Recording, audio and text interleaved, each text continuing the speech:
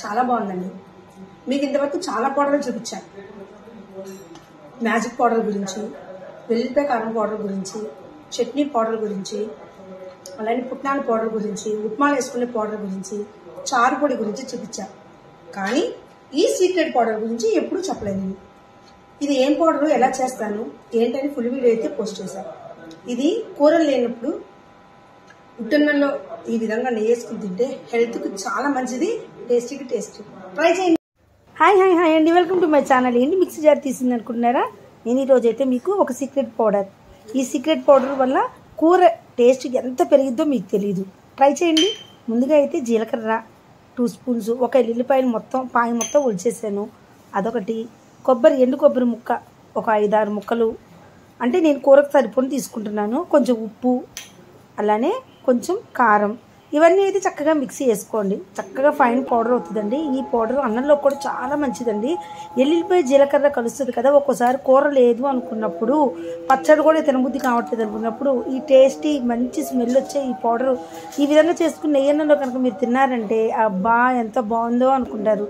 అంత యూస్ఫుల్గా కూడా ఉంటుందండి. ఈ పౌడర్ అయితే తెలిసింది కదా, ఇది ఏ కూరలో కూడా వేస్తాను అదేంటి కూడా చూపిస్తానండి. ఈ కూరలోకి అయితే కంపల్సరీ ఈ పౌడర్ వేస్తేనే తింటారండి. బీట్రూట్ కూర చేస్తున్నాను నేను ఈరోజు. బీట్రూట్ కూర చేసేటప్పుడు 4 బంగాళదుంపలు ముందు లైట్గా తాలింపు లేకుండా ఇలా ఫ్రై చేసి ఉడికిన వేసుకొస్తున్నా.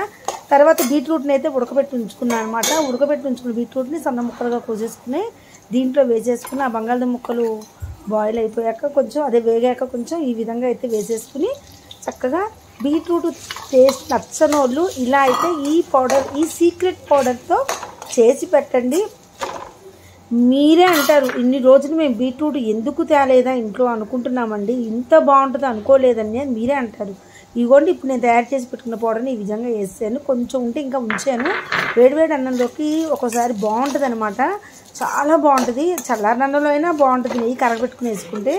కానీ అది అలా ఏంటో అలా వేడివేడి అన్నం చెప్పడం అలవాటు కాబట్టి అలా చెప్తున్నాం అనమాట. చూసారా ఈ విధంగా వేస్తుంది, అసలు ఆ స్మెల్లే అదిరిపోతుందండి బాబు.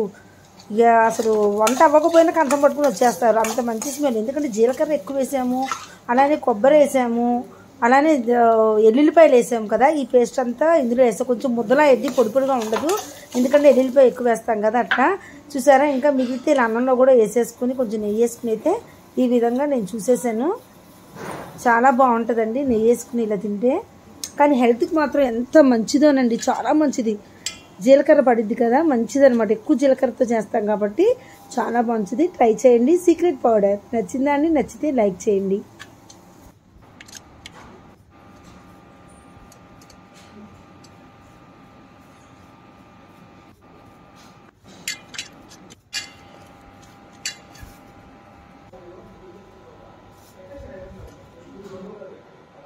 చాలా బాగుందండి.